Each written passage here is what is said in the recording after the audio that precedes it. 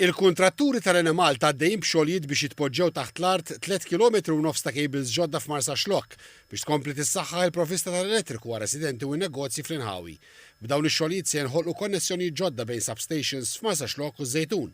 Bħala parti minn dan il-proġett se titneħħa overhead line fiż-żona tal-Marniżi biex minflok isir cable taħt l-art ħalli jitnaqqas ir-riskju ta' ħsarat ikkawżati mill-elementi.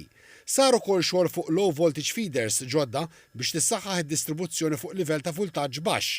Sa dan it-tant il-kumpanija ser tikkummissjona żewġ substations ġodda oħra biex is-sistema f'din il-lokalità tkompli tissaħħaħ. Dawn jinaqdu maż-żewġ substations li diġà ġew ikkummissjonati matul is-sena li għaddiet.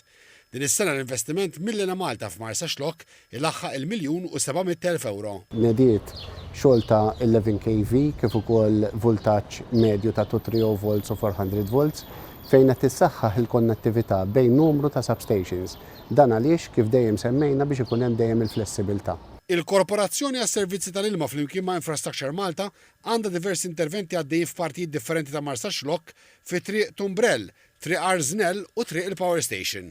Dawn ix-xogħlijiet jinkludu bdil ta' mejs tal-ilma, l-estensjoni ta' bosta mejs kif ukoll xogħol fuq is-sistemi ta' New Water biex ikun jista' jintuża mill-bdiewa fl-art agrikola. Sar ukoll xogħol ta' titjib ta' servizzi ta' drenaġġ, inkluż it-tibdil ta' tappieri u t-tibdil ta' mejs. Ix-xogħlijiet f'St. Peter's Pool tlestew ukoll. L-investiment totali mill-Korporazzjoni għas-Servizzi tal-Ilma qarreb is-€700,000 euro.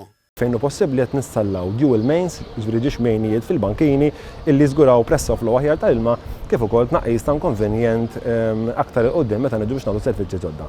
Fi żjara fuq il-lan tax-xogħol il-Ministru għall-Enerġija Mirjam Dalli qalet li l-investimenti li qegħdin isiru fil-lokalitajiet, speċjalment dawk aktar turistiċi, jindirizzaw l-ħtiġijiet preżenti u r-residenti se jirċievu servizz aħjar u affidabbli.